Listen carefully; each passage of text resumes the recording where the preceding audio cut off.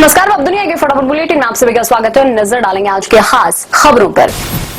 विद्रोह के बाद नेपाल के प्रधानमंत्री केपी शर्मा ओली ने दिया इस्तीफा। ओली के बाद राष्ट्रपति ने भी दिया इस्तीफा। काठमांडू के सड़कों पर जैनजी का प्रदर्शन। काठमांडू के मेयर के समर्थन में लगे नारे।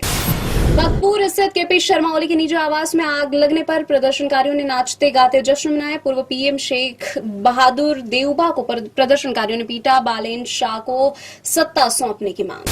प्रधानमंत्री पुष्प कमल दहल प्रचंड, शेर बहादुर देउबा और संचार मंत्री पृथ्वी सुब्बा गुरुंग के निजी आवासों को भी आग के हवाले कर दिया गया। प्रदर्शनकारियों ने नेपाल की संघीय संसद को आग के हवाले कर दिया। नेपाल में भारी हिंसा को देखते हुए भारतीय दूतावास ने वहां मौजूद भारतीयों से सतर्क रहने और नेपाली अधिकारियों द्वारा दिए गए दिशा निर्देशों का पालन करने की सलाह दी। भारत सरकार ने कहा, नेपाल के घटनाक्रम पर करीबी नजर। प्रधानमंत्री नरेंद्र मोदी, गृह मंत्री अमित शाह, रक्षा मंत्री राजनाथ सिंह, कांग्रेस संसदीय दल के प्रमुख सोनिया गांधी, पार्टी अध्यक्ष मल्लिकार्जुन खड़गे, लोकसभा में नेता प्रतिपक्ष राहुल गांधी और विभिन्न दलों के कई अन्य सांसदों ने देश के नए उपराष्ट्रपति के लिए चुनाव के लिए मतदान किया। एनडीए के सीपी राधाकृष्णन और विपक्ष के उम्मीदवार बी सुदर्शन रेड्डी के बीच मुकाबला है। प्रधानमंत्री नरेंद्र मोदी ने मंगलवार को बाढ़ की स्थिति का जायजा लेने के लिए हिमाचल प्रदेश और पंजाब का दौरा शुरू करते हुए कहा, भारत सरकार प्रभावित लोगों के साथ कंधे से कंधा मिलाकर खड़ी है। दिल्ली के मुख्यमंत्री सचिवालय और मौलाना आजाद मेडिकल कॉलेज को बम से उड़ाने की धमकी। बम की धमकी भरे ईमेल के बाद मंगलवार को सुरक्षा एजेंसियों ने दोनों प्रतिष्ठानों की सुरक्षा कड़ी कर दी। वर्ष 2008 के मालेगांव बम विस्फोट में मारे गए लोगों के 6 परिजनों ने मामले के 7 आरोपियों को बरी करने की विशेष अदालत के फैसले को बंबई हाई कोर्ट में चुनौती दी। इन आरोपियों में भाजपा के पूर्व सांसद प्रज्ञा सिंह ठाकुर और लेफ्टिनेंट कर्नल प्रसाद पुरोहित भी शामिल हैं। सुल्तानपुर की एक एमपी एमएलए अदालत ने चुनाव आचार संहिता उल्लंघन के मामले का सामना कर रहे आप प्रमुख अरविंद केजरीवाल को विदेश यात्रा पर जाने की अनुमति दी। केजरीवाल के वकील रुद्र प्रताप सिंह मदन ने बताया, मामले की सुनवाई 8 सितंबर को हुई थी। जम्मू कश्मीर के कुलगाम जिले में सुरक्षा बलों और आतंकवादियों के बीच मुठभेड़ मंगलवार को दूसरे दिन भी जारी रही। इस मुठभेड़ में अब तक 2 आतंकवादी मारे गए हैं, जबकि 2 जवान भी शहीद हुए हैं। एयर इंडिया ने नेपाल में सरकार विरोधी प्रदर्शनों के बीच हवाई अड्डे को बंद करने की वजह से मंगलवार को दिल्ली से काठमांडू के बीच अपनी उड़ानें रद्द कर दी। नेपाल में प्रदर्शन के बीच काठमांडू स्थित त्रिभुवन अंतर्राष्ट्रीय हवाई अड्डे को अस्थायी रूप से बंद कर दिया गया है।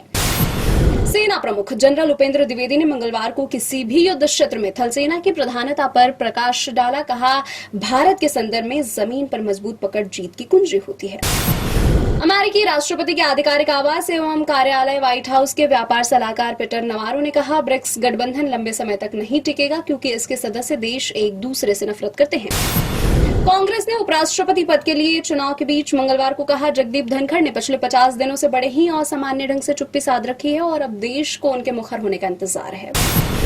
कांग्रेस ने कर्नाटक सरकार ने मंगलवार को सुप्रीम कोर्ट में कहा, संवैधानिक व्यवस्था के तहत राष्ट्रपति और राज्यपाल केवल नाम मात्र के प्रमुख हैं और वे केंद्र तथा राज्य दोनों में मंत्रिपरिषद की सहायता और सलाह पर कार्य करने के लिए बाध्य हैं।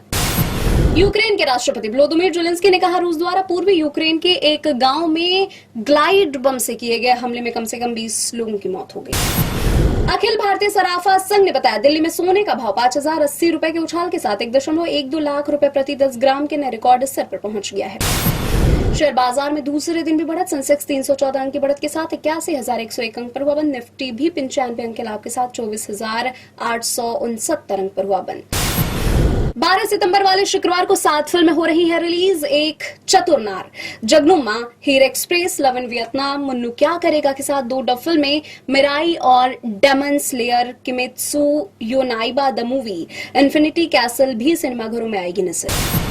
एआई जेनरेटेड फोटो से परेशान होकर ऐश्वर्या राय बच्चन पहुंची अदालत। दिल्ली हाईकोर्ट में याचिका दाखिल कर एआई जेनरेटेड तस्वीरों और उनके नाम और चेहरे के गैर कानूनी इस्तेमाल पर रोक लगाने की मांग की। ये थी आज की फटाफट बुलेटिन। ऐसी ताजा अपडेट्स के लिए बने रहे हमारे साथ, यानी कि विजिट करें अब दुनिया पर।